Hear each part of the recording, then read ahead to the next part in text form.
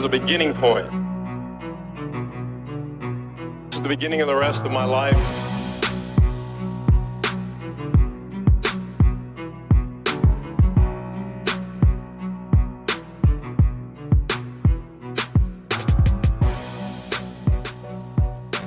I got the meaning, and I got to write it down, because I don't want to forget it. Just win, baby.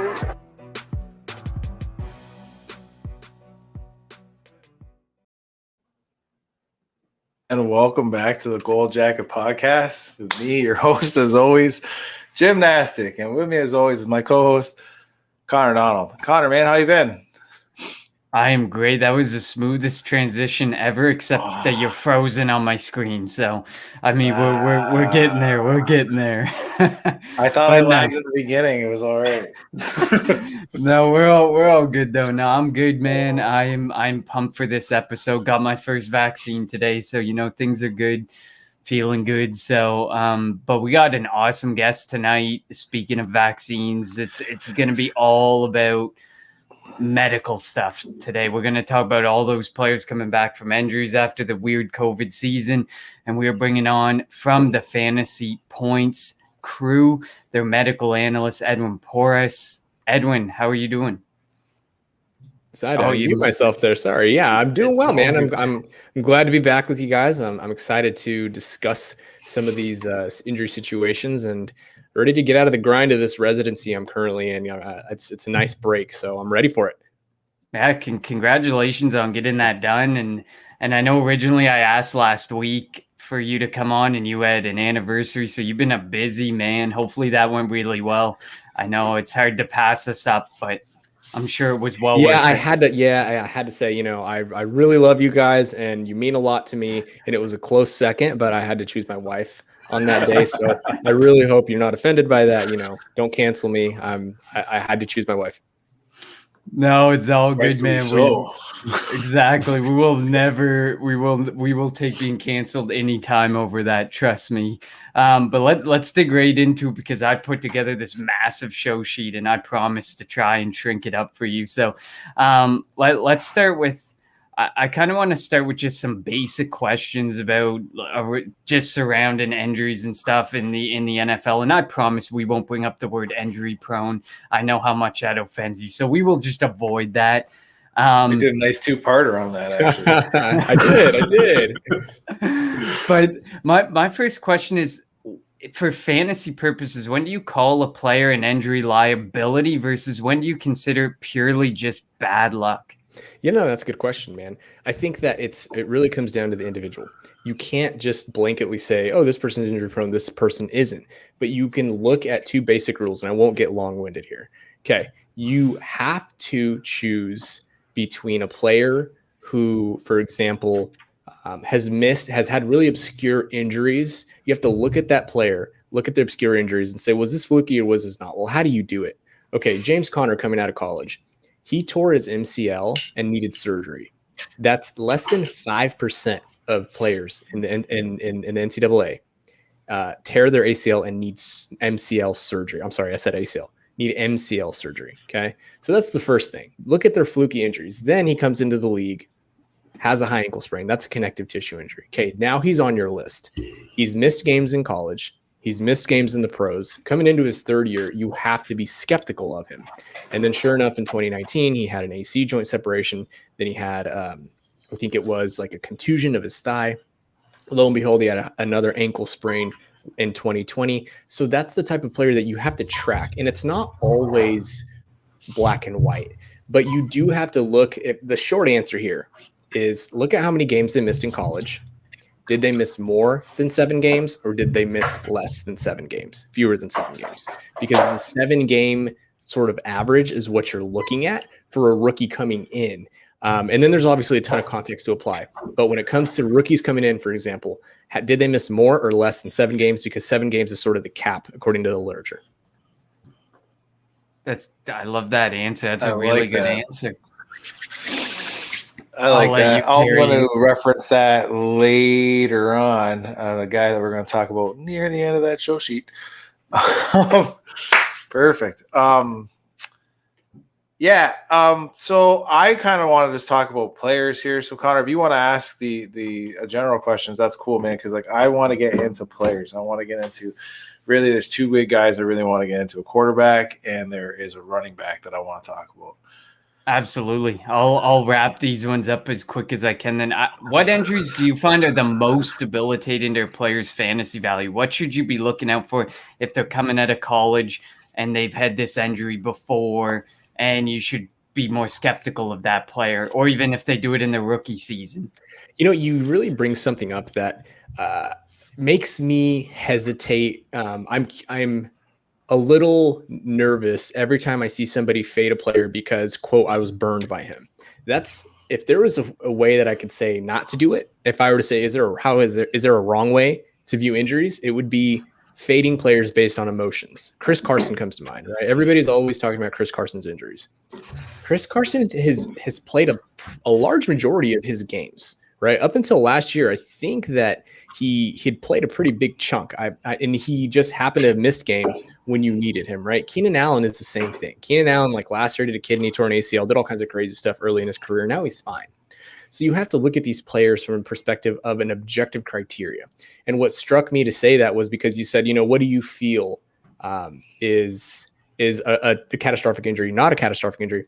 To me, I always like to tell people that I don't have feelings. I do my best to totally remove my feelings from my analysis because I try to go based on what the literature shows, what the research shows, the numbers show. Injuries are so gray that you have to do that. And so first of all, cut out feelings, right? So according to the literature specifically, you have to go by Achilles, right? Ruptures, bad injuries. Marlon Mack comes to mind. He's probably not going to be fantasy relevant the rest of his career. He has low draft capital. He is just not as talented as the guys in the backfield with him. It's just not happening for Marlon Mack anymore. You lose a lot of explosiveness, right? So that's the first one, is the Achilles tendon. The second one is a massive ACL. That includes MCL, PCL, meniscus potentially. For players who are skilled position players and need to be explosive, right? Rashad Penny comes to mind. He had a pretty good draft capital, obviously, but he had such a massive tear that at this point, he's losing front office confidence. He's 24 years old at this point. So you big ACL tears for skill positions that aren't quarterbacks. That's the second one. Another tendon tear is the quad tendon or the quad ligament, the ligament that attaches at your kneecap down to your lower leg bone, the tibia. That tendon is also one that you totally need to watch out for. And then, of course, concussions, because concussions are super volatile. You can have somebody like Brandon Cooks who's had 4 or 5 documented concussions in the last, several years and is still in the league. Or you can have somebody like Jordan Reed, who had so many concussions over such a long extended period of time. He didn't clear a concussion protocol, after a year. His baseline was just never the same. So those are, if I had to give like a slew of injuries that I'm concerned about, those are the ones.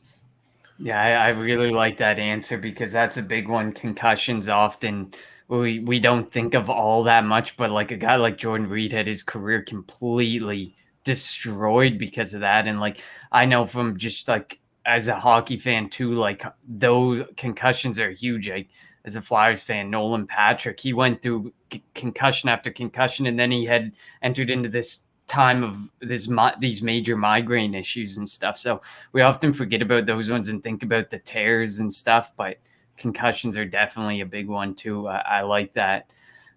Did you name Philadelphia Flyers concussions and not name Eric Lindros? That's the guy you didn't name. That is not the guy I named, but he's a great example of major issues as well with concussions. Yeah, he had the conky fucking syndrome. The final general question I have, and I'm actually going to pair a guy into this because he's got this is a guy that me and Jim talk about all the time because he never gets the injury discount. And we are now adding a 17th game, and he's still not getting an injury discount. So for me, we're now moving to a 17-game season. I think it's going to have a greater effect than people think on how teams roll out more generally running back. This is the position, the more volatile position that I'm thinking of for the 17-game schedule. How much do you think a 17-game schedule will play into injuries, and how much more do you think teams have to actually focus on like the running back, the more beat up position, the running backs, maybe the linebackers, the defensive line, offensive line. And one guy that comes to mind mainly for me here is Dalvin Cook.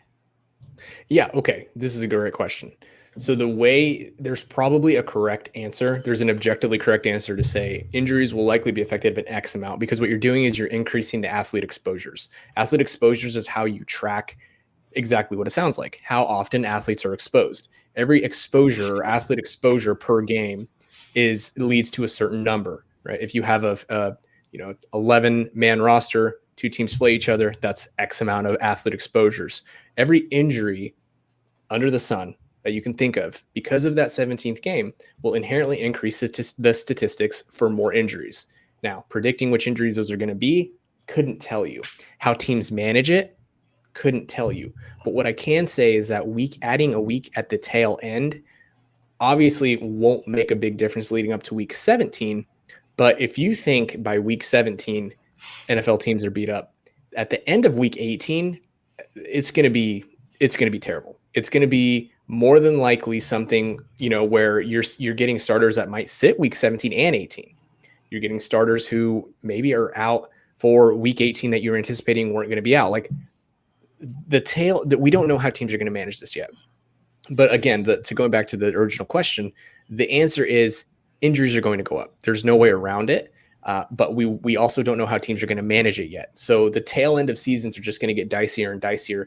I would not move away from, if this is my opinion now, I would not move away from a traditional playoff of what is it usually typically like between week 14 and 16 for like traditional leagues. I would not move away from that, because once you get beyond week 17 and 18, it might be a bloodbath. Yeah, I know there's a lot of people that I've talked to that are thinking about doing 2-week playoffs, 16, 17, and even that gets really dicey because week 16, you might have a generally good matchup. Week 17, you might be sitting there looking at your bench and saying, holy shit, I got a tough decision. Do I start my starters or do I just roll out a complete bench squad? Week 17, KJ Hamler. That's a good example of what you look there at your wide receiver 7 or 8 and be like, maybe this guy isn't as bad as I thought he was earlier in the season. But I agree with you, Edwin. Like, we don't know how it's going to be handled. Are we going to see like I hate to say it because I hate it in the NBA beyond anything, load management?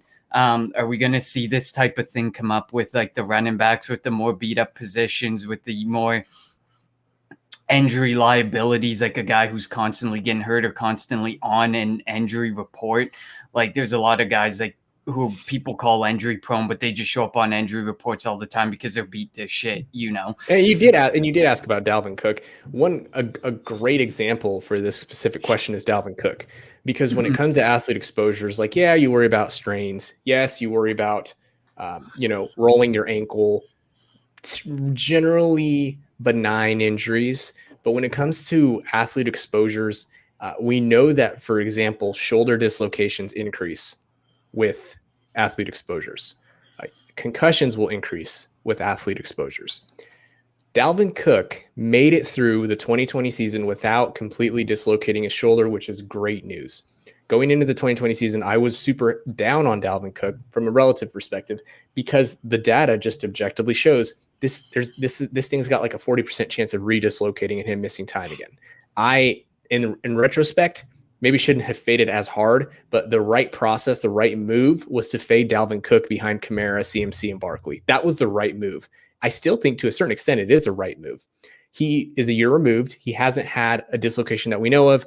I saw what I thought was a subluxation, which means I think his shoulder went in and out. I don't remember what week it was, but I remember rewinding it on TV, watching it. He sort of landed on his forearm this way. He stood up. He was shaking it out, which is super common, those subluxations. So when it comes to players like Dalvin Cook and running backs specifically, those contact injuries with that extra game at the end of the year are going to add up. They can add up. They can lead to, I don't want to say catastrophic, but, for fantasy, definitely, if, they're catastrophic injuries. So that's what I think about is as athletes like that, exposures like that are going to increase contact type injuries for sure. And I like that you brought that point up, because I think the more these guys play through it later on, I think there is more of an opportunity that there is that catastrophic injury week 16 or week 17 when they're just trying to play through these injuries. And that could mean if it's catastrophic enough that they don't play or they're not ready for the start of the next league year and stuff. And that's even more concerning for me. So I like the point that you brought up there for sure. Now, Jim, I've had my fun. I had those 3 questions I really wanted to ask. So I'll let you kick off the first quarterback that you want to talk about. Well, I'm not going to go in the order there. I'm going right down to the bottom. I'm going with my guy. He's got a lot of shit. He's been shitting on a little bit about his performance last year. I didn't think he was even supposed to play. What really wasn't supposed to play. That's Tua Tagovailoa, man. I want to know, how do you think that hip injury affected him last season? Do you think there's any real concerns about him going forward this season? Like, I personally don't really have concerns about him, but I'd like to feel comforted by a medical opinion by this. So my buddy, another physical therapist, Jeff Mueller on Twitter, was the first to say this a while back. And he mentioned how he thinks that Tua was limited by his hip mobility in 2020.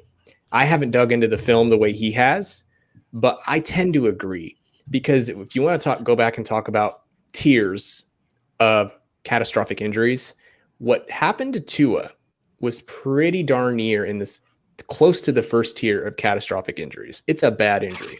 He dislocated and fractured his hip.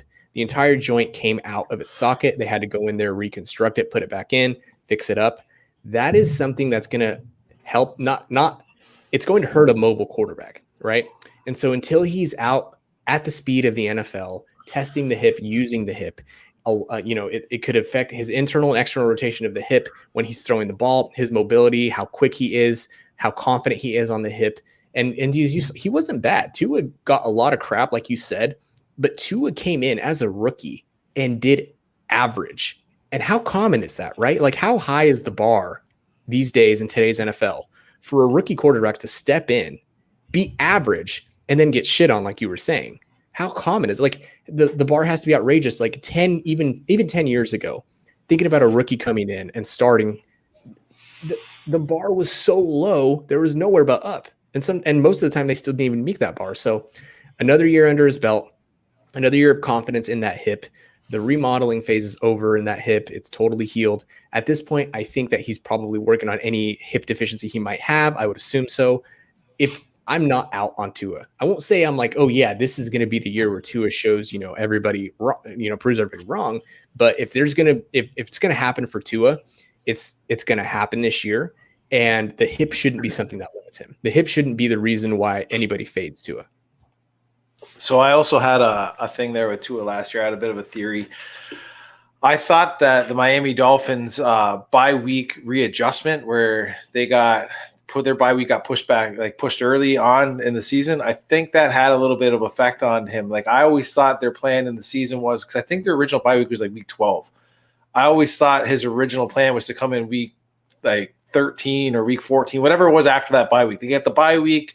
He gets the week of practice going up to the bye week, the full bye week, and then he locks in as a starter.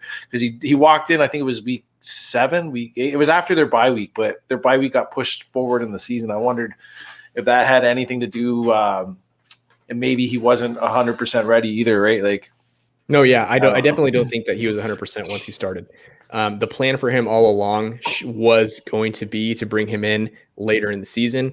I remember I tweeted something about it. But yeah, the plan for Tua, because he was less than a year when he started. It was less than a year since the injury, which is incredible to think about, right? But he's nowhere near where he could be with extra work that he's put in this year. So yeah, the plan for him was never to come in earlier. It was always going to be to come in later.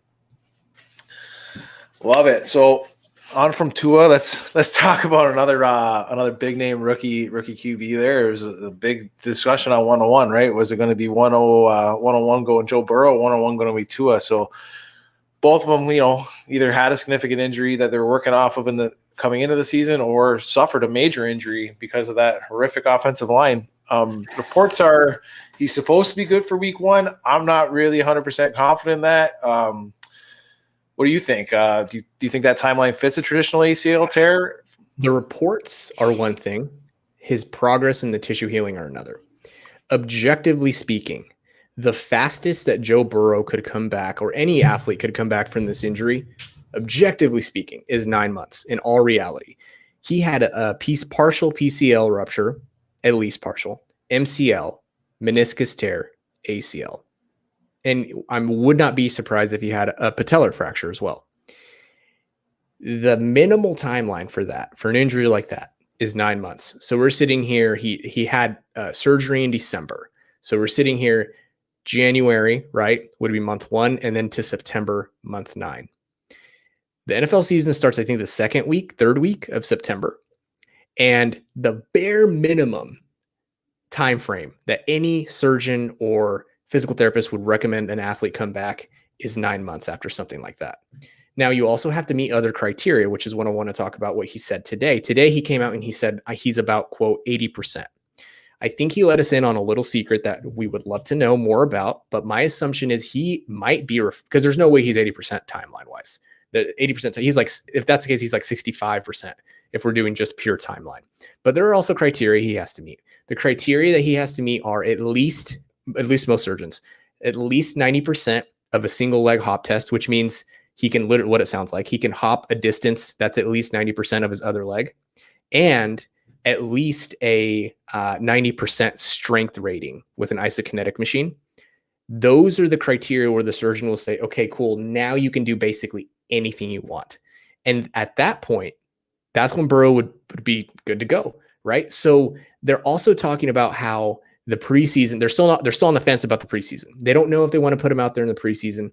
Well, if they're going to put him out there, now it's going to be, it's usually week 3, right? Where it's the dress rehearsal. So it'll be week 2 now. So week 2, what makes you think that between week 2 of the preseason and week 1 of the NFL, that he's going to make this massive jump where, oh, he's not ready to be even in a preseason game to, okay, now he's going to go start week 1 full bore. He's ready to go.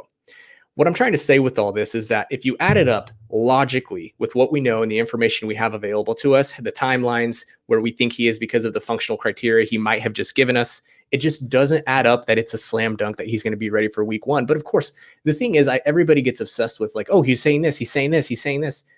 How many times ever have you heard an athlete say, you know what, I just am not 100%. I don't feel like I'll be ready for week 1, and I'm going to let the trainers and the medical staff make that decision. When? During the season, in the off season, when has that ever happened? So even though there is some, like, you have to believe him to a certain extent, people in the media put way too much stock into what players say about their own health. I want to see his single leg hop test, and I want to see his strength, his isokinetic strength testing, and I want to see him out there. He was in a big bulky brace today. And I'm not trying to talk negatively or say that he won't be ready for week 1, because there's still a chance, right? You're saying there's a chance, right? But he was sick. He looked like a guy who's 6 months post ACL surgery, big bulky brace, not doing anything too crazy yet. People are obsessed with Burrow coming back, and I hope he comes back, but I think we're just putting way too much stock into this, and you got me really fired up, so I'm going to stop talking. No, that definitely makes sense, though. Like, I mean, as a fantasy owner, you should not want to push him back behind that offensive line with a even 90% okay ACL and leg. Like, I would not risk that at all, because then you could just be creating more risk by putting him out there, and it could start something, it could start something in his knee, and we could have issues for the rest of the year, and he never gets to 100% because of this, or overcompensation. I don't know if it's really a thing, but it's talked about as if it's a thing that your one leg might overcompensate, or one part of a leg will overcompensate. You're just putting him, if I'm not saying this is going to happen, if you put him out there before he's ready, before he's met the criteria, and before he's met the minimum bare timelines, as a medical staff, you are setting him up for failure. And again, I want to clarify, I'm not saying that they're doing that. I'm not saying they're going to do that. But that, like, my opinion is that if you do that if you send any athlete out before they're ready, you are doing them a disservice, and you are setting them up for failure. But as good as anybody else that in the NFL, there's the coaches, the money, the owners, there's a lot of pressure, and whether people want to admit it or not, that's why you see a guy appear on 10 injury reports in a season and then comes out and says, yeah, I had this injury, this injury, this injury. I could barely walk through the week. I didn't participate in practices. Like, as good as anybody that this sport is all about getting out there, getting that paycheck, and do helping your team win. Like a lot of these guys are, it's about helping the team win. But I have to believe that there's some pressure internally from coaches saying, was he there? Was about 80%. How about we call it 90%? And just trying to push him a little more ahead than he should be. And especially in this situation, if you had have built this mammoth offensive line in front of him and could say he might get hit once a game, okay, I'd be okay with throwing him out there in week 1. But me as a Joe Burrow fantasy owner, I'd take the extra couple weeks if it meant that I get this guy for the rest of the season, not get him for week 1. Then he appears on every injury report for the rest of the year because we don't know what's going on. He might have a sprain. He might have issues. His knee's not 100%. He's not going to be there. For me, I'd just rather wait. But we know this sport's a business, and it is I'm going to call it a very bloody business because it is for the players, for the owners, for the managers, for the coaches. Absolutely. And like I said, I love that you're not sugarcoating it. I love that you're just, you're giving like the straight medical facts on like how it should be. We don't really know a lot of stuff, but like, yeah, as a fantasy owner, do I want him out week 1? Fucking right. I do. I want him out week 1. He's a quarterback that like he's going to produce. He was taken 101 in drafts. Of course I want that. As the owner of the Bengals, would I want him out week 1? I don't know, man. Like it's a franchise deal here. I'm not trying to just play 2021 and beyond or 2021. That's it. Like he's supposed to be a face of a franchise, right? You had him sitting in the Tiger King throne, doing the pictures and shit, right? Like you want him right face your franchise for 10 years, right? So like I'm not sure if I would really have him out there week 1 as the Bengals organization. And that's what I'm trying to say too. Is I'm not saying he can't be back week 1. What I'm saying is it is not a slam dunk by any means. And that's the point that I'm trying to hammer home. Don't hang your hat on it because it's not a slam dunk.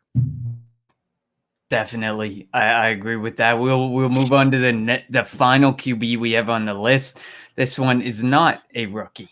But this one had I think I would call it catastrophic. I would call it brutal. I would call it just about any name in the book for this injury because that was disgusting to watch. And when they slowed it down, it was even more nauseating to watch. So that was gross. This is Dak Prescott, obviously, that we're talking about, if you haven't gotten the hint. What do you think the effects of this injury are short-term, long-term? Should we be at all concerned? And is for this injury, does the timeline fit? He's going to be we're bordering on a whole 12 months removed from the injury by the time he gets to step foot on the field in week 1. Has he taken the proper amount of time and protocol to get to this return? Yeah, so I'd have to double check my numbers and the research that I've seen because this is such a rare injury for quarterbacks specifically, but he should be on. I think if I'm thinking correctly, I think this is about a 6 to 7 month timeline for an injury like this. So it was pretty catastrophic, but once you put it back in place, once you let the bones heal, once you get everything up to speed and caught up, the tissue damage is reduced, and you get back to functional training, then it's a pretty, I don't want to say straightforward, but it's a straightforward injury. You put the joint back in place, you let the bones heal, you're back full force. Maybe this shaves a year off of his career. Maybe this shaves, maybe he gets early onset arthritis in that ankle, at the age of 40. Who knows? We don't know. That's what the long-term implications are. In the short term, I'm a little nervous for his rushing ceiling just because the psychological impacts are something we don't talk about a lot because they're difficult to grasp, but there's definitely something to wearing a brace after an ACL tear. The brace isn't going to protect you from another ACL tear, right? It's wearing an elbow brace because you got a bruise. Chances are that elbow brace isn't going to help you, prevent another bruise. So what I'm saying here is the psychological impacts are something we can't really quantify. I'm just nervous that he'll be scared to run more than not. But the upside, because we can end on a positive note with quarterbacks, he is so good, so damn good at running the ball. And just the idea of Dak running will still scare defenses, even if his rushing attempts are down. So he's so good that it's really hard for me to fade him unless you're doing something unless you're in like a super high stakes league or something like that. But even then, I'm going to have a hard time fading Dak at the quarterback position this year. I agree. Like, I couldn't agree more with that point because he was on pace to throw for I'm pretty sure it was NFL record numbers. Like, it was astronomical. Yeah. So even if he pulls that ball down and just decides to throw it versus running the ball, I mean, the numbers are going to far outweigh some of these other guys that you're going to look at. If you look at a Derek Carr, if you look, no offense, because we love Tua here, but look at a Tua, like people like that, he can blow their yardage out of the water, rushing and passing easy. So Dak is like, I mean, look at the weapons. At the end of the day, you got CeeDee Lamb, you got Amari Cooper, you got Michael Gallup, you got Blake Jarwin, you got Zeke Elliott, you got Tony Pollard. This man doesn't even have to run the ball. But I remember, I think you were on with Justin Boone a while back, and I listened to that podcast, and you brought up the psychological effects, and I thought the same thing because I think at the time, I don't know if you were talking about Burrow or if you were talking about Dak, but you did bring up that we need to consider the psychological effects and that it's not just about necessarily the injury at hand. Like, it could be the person easily heals, but kind of like we saw with Tua this year, there's a hesitancy to do certain things because of that. And it's a lot that's more in the brain, more in your head versus the actual injury at hand. I'm nervous a little bit just because of that rushing, right? Like, you're built in with Dak, like you're guaranteed 6 rushing touchdowns a year. Like that was like built in with him. That was something that was great. Like, yeah, he upped his passing. That's awesome. But like 6-point rushing touchdowns in fantasy are huge, especially when it's only 4-point passing touchdowns. I'm going to ask a real quick question on him. Where do you think he's going to finish ranked in fantasy points for the quarterbacks? That's tough, right? So obviously Mahomes, probably because of the rushing, Lamar Jackson. If Josh Allen can keep up that pace, there's 3. Who am I missing, guys? Help me out here. See, I have him at 4. I think I have him at 4 too. I got Kyler in instead of Lamar, though. I got if Kyler takes a step. Josh Kyler was good for fantasy. I don't think Kyler, at least based on my very amateur eye, he was good for fantasy purposes. I don't think he's proven to be like a great true NFL quarterback. But I don't know how much more he's got in terms of the ceiling. But I can hear it. That's like semantics, right? I don't think he's a great real life quarterback, but like I think he's going to put points on the fucking board. Like that's sure. That's what I think with him. If they can, if Kingsbury can figure out how to score in the red zone, right? Kingsbury led the league in like the last 2 years in freaking field goals. It helps to be able to see over your offensive line to score in the red zone too.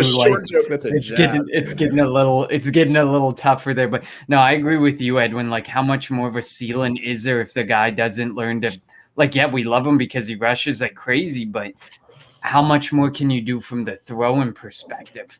We don't want another Lamar Jackson-esque situation, but don't get me wrong. Kyler Murray throws the ball tenfold better than Lamar Jackson. Like, we're not like, I mean, and that may be some Lamar Jackson hate, but I remember last season when the coach speak was there that he's going to work on his passing game. And then we did our AFC North preview. And I said, Lamar Jackson will not be better in the passing game. And he was not better in the passing game.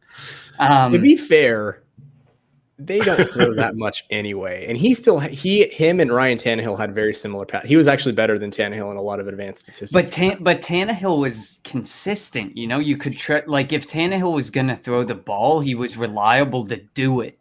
Lamar Jackson, I don't necessarily. I mean, I think that's. I'm going to be honest with you, Connor. I think that's your bias. I think that's your bias because his numbers were better in the advanced. We're getting off topic, but Lamar Jackson's numbers were objectively better when it came to passing accuracy than Ryan Tannehill's in a lot of categories. I'd have to pull it up, but no, I can see that. Don't worry about that. I might have a bias. I can see that. I can see that I might have a bias there, but like, I mean, at the end of the day, if he throws a ball more, my question would be, does that accuracy remain? Like, that's the thing. That's the issue that we're having. But now that they've given him weapons, there's no excuses. Let's see. Yeah, like exactly.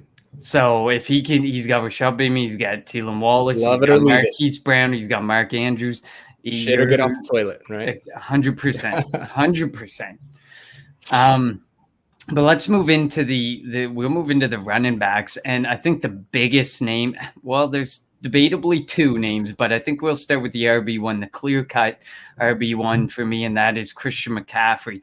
So he kind of proved he was human in 2020. He had the back-to-back monster workloads, and he suffered his first rash of injuries. High ankle sprain, AC joint sprain, thigh injury. Do you have any concerns about CMC moving forward? And could any of these injuries linger into 2021? No. Next question. Draft Christian McCaffrey. Woo! Draft Christian McCaffrey as your RB1. Draft Christian McCaffrey as your RB5 or 6 in Superflex leagues. Draft Christian McCaffrey and laugh all the way to the bank. The injuries he had were not relevant. They're not going to follow him. He got hurt with a high ankle sprain, which are common in running backs. Then he had to work, his way back into the lineup. Then he had an AC joint sprain. AC joint sprain turned into a quad strain, which was expected at the end of the season because his workloads went like this, right? I've talked about workloads over and over again. If any athlete's workloads are up and down, they spike too much or they go too low, they're at like a 3 to 6 times more higher chance of getting a soft tissue injury, which is what we think McCaffrey had. Don't worry about Christian McCaffrey in 2021. I won't even give any more detail than that. I think I can be short and sweet on that one. Good. I like it. You definitely spared us some time there, but I'm pretty sure every running back we're talking about today actually had high ankle sprains. So that shows how common they are. But go ahead, Jim. Well, let's talk about, like you said, it was your clear-cut 101 with CMC. My clear-cut 101 last year was Saquon Barkley. MetLife Stadium did a number of players last year. Barkley was probably the biggest one to go down. That's 2 seasons where he's missed some time, where it was a high ankle sprain in 2019, then the 2020 ACL tear. Does that have any correlation, do you think, too? I wanted to ask, like the high ankle sprain in 2019 to tearing the ACL in 2020. This is as theoretical as I'll get. I've watched Saquon probably more than I've watched any other running back because I am intrigued by him. He stays on his feet a lot. He twists and turns a lot. He fights through a lot of contact. His leg and ankle twist in directions that are very consistent with the injuries he's had. He's had a high ankle sprain. That's a twist and turn injury. He's had an ACL tear. That's a twist and turn injury. If I'm not mistaken, both of them came when he was trying to fight a defender off of him and he twisted and turned the knee and the ankle. This is totally theoretical. I don't want to cause any alarms, but I do want to actually go back. I actually asked Wes Huber over at Fantasy Points if he had any films from his original high ankle sprain he had in college. We couldn't find it. Maybe I'm making this up. Maybe I'm having to convince myself so I should ignore it. But there's something about his running style and his motor patterns and the way that he sheds tackles specifically to him, very specific to him, that make me a little nervous. With that said, new paragraph. Saquon Barkley has extremely high draft capital. He's extremely talented. He's an elite athlete at all levels. His best comparison, whether you want to hear it or not, his best athletic comparison is Adrian Peterson. He's 23 years old. He was 23 years old at the time of the injury and the surgery. Do not fade Saquon Barkley because of the ACL injury. Saquon Barkley should be the second running back off of the board because he has less risk involved than even, Dalvin Cook, who we sort of already mentioned already. And because the situation in New Orleans is cloudy, he probably should be taken in front of Alvin Kamara. At least Barkley's going to get the work. So maybe that leads to more questions, but that's sort of where I stand on Saquon. You actually do a good job of connecting. We had the Footwork King on a few weeks back, and he talked about how he teaches his running backs or his receivers to, I think he said it was fall a certain way or they do something a certain way so that it didn't cause twists and turns in the ankle and in the leg that causes the injuries that you allude to with Saquon Barkley. So actually, if people go back and listen to that episode, you kind of do a good linkage of the two, of how you should be trained how to fall a certain way or do something a certain way, and versus Saquon Barkley, who he doesn't fall. Saquon Barkley he's a brawler. He's a bruiser. Mm-hmm. Yeah, he fights for everything, and that's why people love him, because what helps him stand out over some other running backs is he is a true member of a dying breed, and that is just a uber aggressive running back who fights for every damn yard like Najee Harris is going to be. He is not Travis Etienne. Exactly. Like he's just old school, the dying breed because of all the way the analytics of the game goes. You got to have your receiving back, your first and second down back, all these different types of backs in your system and be prepared. But he can do it all. But he also does it all with a super aggressive fashion, which leads to the injuries that we're seeing right now. Jim, do you have anything more to add to Saquon Barkley? No, I'm loving getting them in my drafts where I'm getting them. It's crazy. Dalvin Cook is going after the second running back off the board in almost every draft I'm getting. It's crazy. CMC is Dalvin Cook, and then sometimes it's JT is the running back 3. I get that, and then Saquon's like RB4 usually. It's crazy. Yeah, I'm taking that to the bank all day, every day. Saquon at RB4. I love it. We'll move on to the next one, and Saquon Barkley is nowhere near as polarizing as the guy that we are about to dig into because people are getting tired of hyping him up year over year and being disappointed. But Gio the Stash is out of the picture. So Mixon suffered a midfoot sprain in 2020 that kept him out for 10 games. We presumably were expecting him back from like literally the 4th week onward, and it sounds like they made the right call to just shut him down because then Joe Burrow went and had his injury, and that offensive line proved exactly what it was, a piece of complete garbage. So there were many points he was rumored to be coming back, but it didn't happen. So what do you think the impact of the midfoot sprain is on him? Can you further discuss the injury a bit? He's projected for a extremely large workload in 2021. Without Gio and with Puka Williams in the picture now. Any thoughts on that? Yeah, so the first thing I want to say with Joe Mixon is that we can go back to what I said in the beginning. What you see in college is likely going to predict what you see in the NFL. From 2015 to 2019, Joe Mixon played 69 nights of 74 potential games. He played 93% of the games that he was available in college. So he's also only 25. He's going to be 25 in July. That's pretty young running back. In 2017, he missed because of 2 concussions. In 2018, he had a knee scope. And then I think at some point he also had, and then this is the most recent one, was the list Frank, right? All you need to know is that 2 studies by, who's Gregory Alden James Robertson, two dudes who wrote this article, and another one by Shuckhead, basically found that the injury that Mixon suffered do not follow players because it was stable. There was no gross fracture and no gross dislocation, and he should be totally good to go in 2021.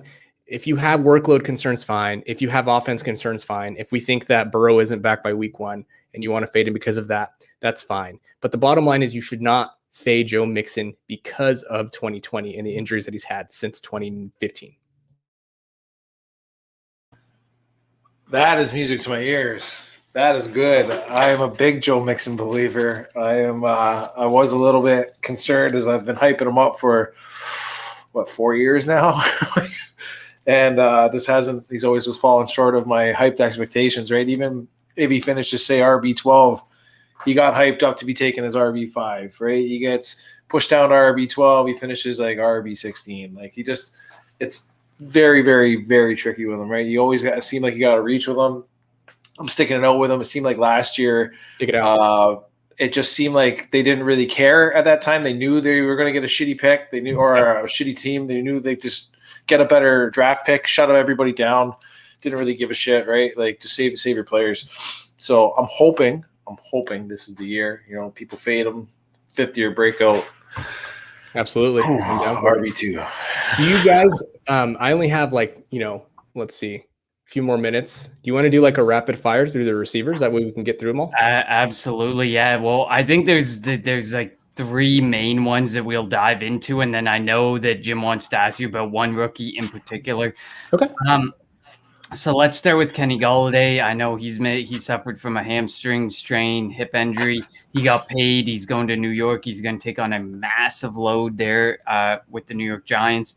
What are your thoughts on Kenny Galladay and those injuries last year? I have no idea what injury Kenny Galladay suffered. No other Twitter fantasy football doc knows what injury Kenny Galladay suffered. Proceed as, nothing happened. He was in a contract year. The Lions are bad. I think he was protecting his assets. Good for him. Got his money, got the bag. Hopefully Daniel Jones can learn how to throw a football between now and September. And I have no concerns for Kenny Galladay. At least I have no evidence that I should be concerned. Absolutely love that one. The next one is OBJ. I know he's been definitely extremely polarizing. He's had a laundry list of injuries since his 3 monster seasons as a New York Giant, including most recently the ACL tear. Do you think that these injuries are creating a pattern of concern for you, or are you not very worried about him? I think a 29-year-old wide receiver coming off of an ACL injury it's hard to be down on OBJ because I've been on him for the last couple of years. The injuries have piled up, obviously. The groin injury is not a big deal. That one players can come back from, and the literature shows that there's no really step. They don't lose a step. But at this point, he's 29. We know that the average age of a wide receiver one specifically ends at about 28. I mean, so is it possible? Yes, but he hasn't had a wide receiver 1 year since I think, the Clinton administration over here in the United States. So it's been a while. The ACL doesn't bode well for him. I view him as one of those dudes who's going to be, I think, a solid wide receiver 2 from a performance standpoint. And he's going to have some spike weeks, like the week that he threw a touchdown pass to Jarvis Landry and said his lat was sore and he scored like 40 fantasy points that week. But I just don't see the upside, the OBJ rookie season upside that he had before. And the ACL doesn't help that. I like that. I especially like the absolute burn on him there. I know that we've heard a lot about his work ethic when we talk to the Footwork King. He works with him. He loves the work ethic there. But there's a difference between work ethic and translate into the field. And I think Cleveland is just not the situation for him. But luckily, I tweeted just the other day, they can get out from under him for 0 dead cap at the end of this season. So if they can just suffer through one more season and figure it out, then he can go on his merry way and the Cleveland divorce can begin, just like the Giants divorce. The final one for me, it's debatable between Debo Samuel and Paris Campbell, but I got to ask about Paris Campbell because Paris Campbell's being hyped up. He was hyped up last season. He's had this freakishly weird list of injuries. Is this just purely bad luck for Paris Campbell, or is there some serious concerns there? This is seriously bad luck for Paris Campbell. The groin, the groin injury, the foot fracture, which are common in wide receivers at his age when he had it. And then now the PCL, which is like a weird, that's weird. You don't typically, the only time you see a PCL injury is when people are in car accidents and their knees hit the dashboard and it sort of shifts their tibia backwards. That's really when you see PCL. Nick Chubb had a PCL injury. You just don't see those. Now the PCL injury or surgery might, cap his ceiling to a certain extent, and it really depends what you think Paris Campbell's ceiling is in the first place. But I think he's going to have some spike weeks, and I think that people are sleeping on him. And if you're fading him because of injuries, thank you so much. You will provide my next cup of coffee that I'm going to have next week. I will take Paris Campbell because his ADP I think is like dirt cheap right now. Mm-hmm. Massively. Jim, I'll turn it over to you. You have a rookie to ask about specifically. Yeah, absolutely. You've written 3 awesome pieces about these about 3 polarizing rookies recently. Rondale Moore, Terrence Marshall, my personal favorite, Trey Sermon. Just wanted, and I love that Trey Sermon article, by the way. I reread it today. Thank you. Just wanted to go over, your major concerns about Trey Sermon at all. You touched about earlier in the episode. Level of collegiate games missed is about 7. You only missed 5. I know his injuries have been horrific in the sense. Some of them have been kind of freakish. Is there a real connection with these? I read your article. I know that you think there's, soft tissue, I believe, but connective tissue. I can talk about that a little bit. The thing about the injuries is, like you were saying, they seem to be catastrophic, right? Like the LCL injury he had, that's less common than the PCL injury I just mentioned. The collarbone dislocation, that's not a common injury. As a high school kid, he was a senior. He had a lumbar, like a low back fracture. They're just weird conglomerate of injuries, but the common thread is that they're all connective tissue injuries. They're all ligament type of injuries, capsule joint type of injuries. And for a running back, connective tissue is super important. And in the article that you mentioned at fantasypoints.com, I used as a comparison and more so as like a parallel, because I don't think it's the same situation, of James Conner, who had all the same connective tissue injuries leading up to it.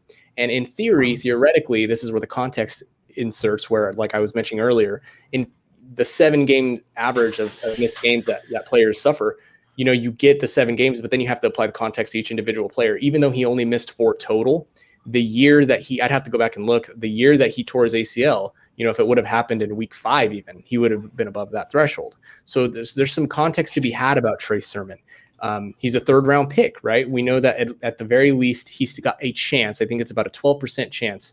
12% of rookies anyway who are taken in the 3rd round of NFL drafts end up being an RB1 over like the last 10 years. But because of all those things surrounding him, he's on the border between being a risk and being a steal. But I think given his like RB 60 ADP, I'd be willing to take him. I honestly would be willing to take him. I don't think there's much risk there. So in the long term, I'd like to see him do it first. And if he can get through his rookie season relatively unscathed with a good amount of workload, then I think that maybe I'm hyperventilating a little bit about him, but I'm willing to give him a chance. And then is there any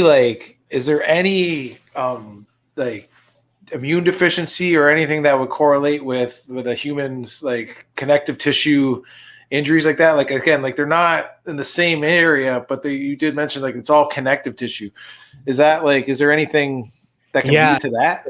That's the tough part, man, because humans aren't meant to slam into other large human beings with a lot of muscle aren't meant to slam into other large human beings with a lot of muscle, right? Like, it's just not how we're built. We're not. So it's difficult to say like, well, does he have like a condition? Maybe he does. On the spectrum of things, a condition, and I'm not saying, I'm getting out of this. I'm not saying this is what Trey Sermon has. You asked for an example. So an example would be somebody with for example, like Ehlers-Danlos syndrome, which is a hypermobility syndrome. So you just have really, really pliable tissue all around your vasculature, your skin, everything. You're just really bendy. You can bend your elbow like to a really crazy extent. That's a totally different discussion. But in theory, it's such a big spectrum. You can an individual can fit the criteria for that, part of that condition. And so that would be an example of like something I would think about. It's something that I was concerned about or am, still think about with Dalvin Cook, because he's also had connective tissue injuries. With the cancer that James Conner had, did that change something in his genes, the way that his body produces connective tissue so that it's more deficient, not able to hold up in the NFL, an NFL grind? We don't know, but there are conditions, but we'll never know. Does Trey Sermon have this or does he not? But he's had enough injuries and enough severe injuries, like you mentioned, for us to at least raise our eyebrows to him, right? And say, prove it, show it. And if he can't, then yeah, maybe there is something underlying, but who knows if we'll ever know that. Love like it, that. man. That was definitely an awesome response, and I'm sure it's exactly what Jim wanted to hear. And I don't know if I stroked the bias enough or if what I did there, but that's what my thoughts. I love your honest opinions, man. That's exactly what I want to. That's exactly why we brought you on and why we want to hear it, man. So I know that you want to go and eat some supper, and me and Jim will play Golden Fool's Gold after you leave. We'll let you get going. Oh, can I give a player? Can I give a player before I leave? Absolutely. Give us right, one gold and one. Give us one gold and one fool's gold. This being one gold is people. I can't remember what I put. You said gold for a couple of players who people are concerned about. That will be gold. Yeah. People are overplaying their injuries. And then fool's gold, people aren't concerned enough about. Yeah. So the first guy that I would say that people are too concerned is Will Fuller. Will Fuller had he played at Notre Dame. He played like every game. He never missed a game. He came in as a rookie. Soft tissue injuries. Rookies get soft tissue injuries. Had the ACL. People get ACLs, and then the next year they have soft tissue injuries. The PEDs. There's nothing in theory that would make him that would help him to reduce the soft tissue injuries. Even if he took something on the PED list, it's just unlikely that his specific issues would clear up. Tightness, right? Tissue elasticity. There's just nothing there. And I know this because I spoke to my wife and she's like, I don't know. Like, she's a pharmacist. She's like, there's nothing there that would really like make me think, that's going to help you perform in that specific way. So people are sleeping on Will Fuller. I'll take his ADP every single damn day. And then I guess, and this is sort of like my anti thing, right? I'm supposed to say like, I'm not concerned about any injury, right? I don't think anybody gets injured ever. I think that's what people think about me. But if I had to say, one player whose injuries I'm concerned about, I'm going to give a cop out. I'm going to say I'm concerned about any wide receiver over the age of 30 with recurrent hamstring strains. Take that for what you will. Are you trying to talk about Julio Jones? You take that for what it's worth. You take that for what it's worth. Julio Jones is a generational player. I also know that Julio Jones suffered from hamstring strains last year. Age, previous injury of hamstrings is a predictor for, future hamstring strains. I'm not saying that's. Didn't he have hamstring issues as a rookie? Was it hamstring or that was like 1992, wasn't it? He's so old. I don't know. I honestly don't know. It was the same year AJ Green came into the league. Right? So he's already an outlier, so it's hard to pin that on him. But that's what I'm going to say. That's my answer. I'm sticking to it. I love it. We'll finish the rest of our closing out of the show after you leave. But first of all, before you go, thank you so much, Edwin, for coming on. You can find him at FB Injury Doc on Twitter. And you can find him as part of the Fantasy Points group online there. Anything else you want to add? Anything special you're working on? Anything? Shameless plug. You got your last 30 seconds. I appreciate you guys having me on. It was fun. I like answering these questions. This is a good time for me. So thank you for having me on. Follow me on Twitter, and then Injury Prone Fantasy Football Podcast. Give it a listen. Try one episode. Leave a review. Even if it's a 1-star rate, leave a rating. Injury Prone Fantasy Football Podcast. I need to push that more often. I don't push it enough. So, and then all my written stuff over at fantasypoints.com. But thanks again, guys. Love it. Thank you so much again. And we will hopefully have you on next year. Let's do it again. Oh man, have me on this year. We got to wait a whole year. Maybe mid-year, maybe mid-year when people start getting injured. Yeah, Connor's trying to kick me out of here forever. Okay. No, we'll get you on a part 2. It's fine. No worries, man. I'm sure that was in a part 2. We'll get you in like mid-season. I'm sure the Eagles will have bountiful amounts of injuries to talk about here soon. But nobody wants to talk about the Eagles. We'll see you guys. Thank you. Thank you so much, Edwin. Thank you, man. All right, so we'll finish this up with some gold and fool's gold based on who we talked about. Let's finish it off. He gave Will Fuller his gold, and he gave fool's gold a bit of a cop-out, but basically Julio Jones without saying Julio Jones. So, Jim, who is your gold? Who is someone who people are overplaying the injury? Overplaying the injury concerns this year?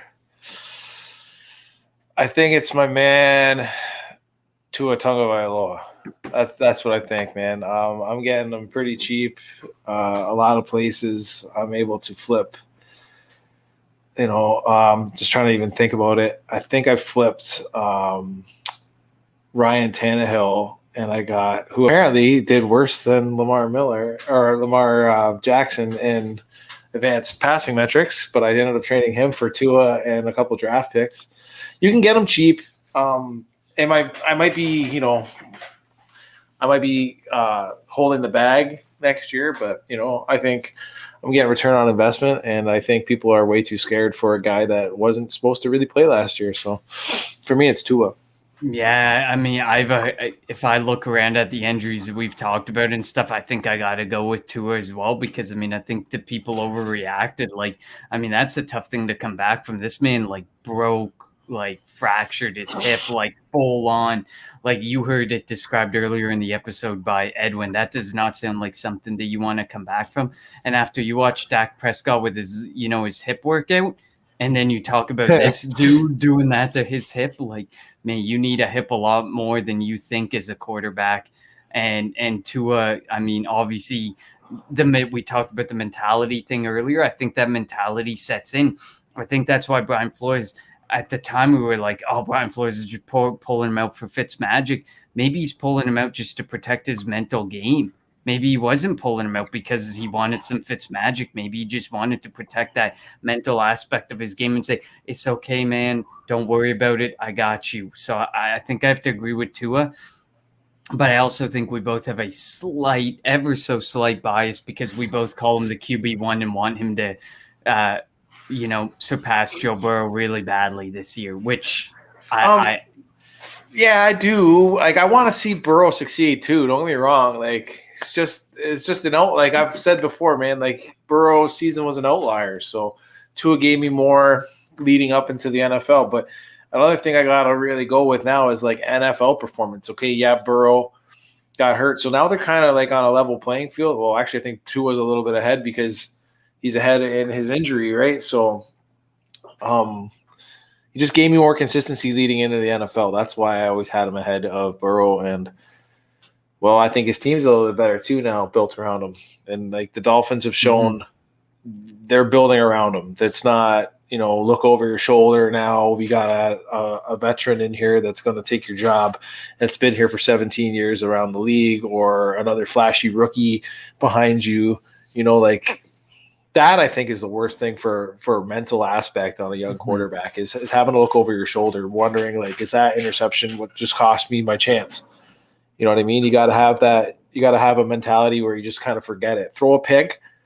Okay, yeah, it sucks. Whatever. Get on the sideline, figure it out. Figure out what went wrong in the reading the defensive coverage or what play calling. But then like get out there the next drive. Fucking forget about it, man. Like that last INT didn't happen. Like you got to have that mentality, and it's really, really hard to do if you're looking over your shoulder. I definitely agree with that. And like you talk about building around him, like I get it. They drafted Jamar Chase. I get that you could consider that building around him, but you had like Tyler Boyd, you had T. Higgins, you had the opportunity to land some big game-changing offensive linemen for Joe Burrow and to protect Joe Burrow, and they opted not to. They opted to go with Jamar Chase, which at the end of the day could be a really good move, maybe post June 1st when the extra money opens up there. Maybe they go out and they get some of these veterans that are sitting out there and they do a little patch job along the offensive line, and then they deal with it down the road. But eventually you have to stop kicking the can down the road in Cincinnati, and you have to protect your quarterback. If you're going to draft Joe Burrow where you drafted Joe Burrow, you have to protect your asset. And there's some teams that have done incredible jobs of protecting those assets. And then there's teams who have given no opportunity to that quarterback, like Daniel Jones, like Joe Burrow, where they really are just kicking the can down the road too much. And that's my fear with Joe Burrow. Like Tua has a decent offensive line in front of him, so we could see a shift there. But I mean, for me, yeah, Joe Burrow can get he can throw all he wants. He can go ahead and he can get 5,000 yards. He can get X amount of touchdowns, however you want to chop it up there. But eventually things like no offensive line in front of him are going to catch up to him. And that's my biggest concern with Burrow. Love it. But let's jump into the fool's gold. And who do you got? So this is people aren't concerned enough about. I'm sticking with Dalvin Cook, man. We did it last year as Dalvin Cook without doing this episode, and I'm sticking with Dalvin Cook. I think people too often, like the fact that he still is yet to get an injury discount. He's going into his age 26 season. We are now seeing an additional game added. If anything, there may be some type of load management done by Minnesota, and you might see Madison used a bit more. So if anything, it could affect you in that way that, that second quarterback or second running back starts to actually have a job and you have to start worrying, like, when are they going to pull Dalvin Cook? Are we going to be up 3 scores at the start of the fourth quarter, and is Dalvin Cook out of the game with 15 fantasy points instead of being able to pound that rock more and more and go and, get 22, 23, 24 fantasy points and make that big difference? That's my thing. I think, we talked about Travis Etienne, and he got pulled in all the fourth quarters. He barely saw the field in second halves. This is where I can kind of see situations like that coming about for someone who appears on an injury report or is as oft injured as Dalvin Cook. So that's my thing with Dalvin Cook, whether it's the injuries affecting him or whether there's this load management that they start to do with him, something's going to start to affect his fantasy value. I love it. For me, I mean, he's pretty cheap, but he's been getting hyped up a lot, man. But it's Paris Campbell for me. I've been hearing Coach speak for 2-3 years now on him. They love him. I get it. They love him. They loved him in Ohio State too. Never really did much, but they loved him. Like, listen, man, I got him in places. But I get him as throw-ins, man. Like, he's not my main piece, you know what I mean? But places where I'll feel good getting him is if, like, say I have Michael Pittman, right? Like, I'll flip Pittman, who has a higher, say, trade value right now, and I'll take on Paris Campbell plus something, because really, to me, like, the level between Pittman and Campbell really isn't that big of a tier. You know what I mean? Like, it's going to be one of them. Pick one. Is up to me. It's just a coin flip. So, like, if I can get a little bit more, I'll take on Paris Campbell. But also, if I can sell Paris Campbell on the hype that he's been getting through coach speak, then, like, I'll flip him real fast for anything, really. Because let's be honest, he was a waiver wire pickup. Nobody drafted him, and if you drafted him, like, you know what I mean, last year, like, around 28, 29, like, it didn't really happen. This is awesome. We just have a random question here. Keeper league, Devontae Adams round 1 or JT round 3? So my assumption, JT round 3. Yeah, my assumption is you lose the pick. Maybe I've heard a lot about keeper leagues where you lose that pick if you take that player. Definitely you JT. forfeit. Definitely you JT. Forfeit the round you drafted him in. So it sounds like you took Devontae Adams in round 1, and then you took JT in round 3. 100% JT, because JT's going round 1 this year.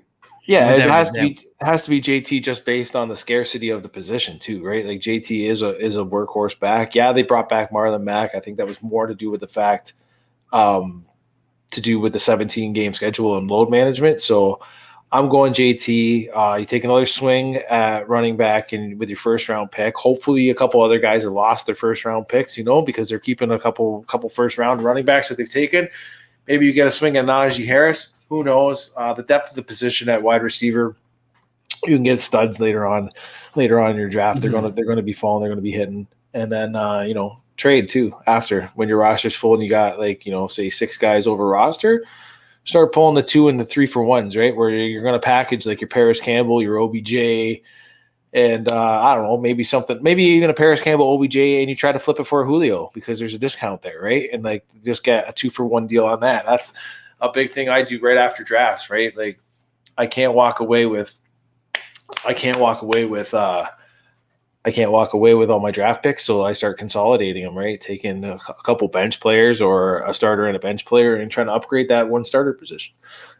And he also says Eckler round 7, no brainer. Yeah, I would probably roll with that. I'd rock Eckler, and I try to trade him though. If you can, if it's like 2 keeper and you're keeping Jonathan Taylor and Austin Eckler, like, man, that feels like just a really good spot to be in, and you can focus on other things. You could lock down one of the top 3 tight ends. You could get Waller or Kittle or Kelsey. Then you could look at your wide receiver position, and then you could look, like, you can build a really good team if you're looking at a situation like that. So I think it's a good position to be in, that you get in JT in round 3. That's pretty. That's as good as it gets. Money right for there. For sure. It's like foresight was working there for sure. Yeah, even Ty agrees. Eckler and JT for 3rd and 7th is stealing. Yeah, absolutely. Yeah, so this was awesome. So again, follow Edwin, who was on earlier, at FB Injury Doc over there. They're doing some amazing things over at the Fantasy Points podcast or podcast group. And thank you all for the listeners and the watchers, anybody who's watching right now, for joining us. Rate, review, like, or comment wherever you listen. We're always looking to improve this show for sure. And make sure to follow us, Jim at Jacket QBs, me at Connor10 on Twitter, and of course the True North Fantasy Football crew. You can find us on Twitter at True North FFB, YouTube, the TNFF Network, and on the old-fashioned internet, TrueNorthFFB.com. I know there's a site relaunch, and I know there is some wicked shows, Wicked, actually not even shows for sure. We Oh yeah, we got shows. We mapped out next year. We have Monday to Friday booked solid, and we also have a whole lot going on for content production, written production. I know Jim's trying to get off that. Wait until he sees the content pouring out from some of our new guys. Make Jim have to do some content. Oh man, I just get like half articles done, and then I like sit by a pool and I forget about it. It's tough. Summer's tough. Oh, yeah. But thank you so much, everybody, for joining us. And we will see you all next week. We have Nate Christian coming on, and we are talking redraft strategy. So see you all next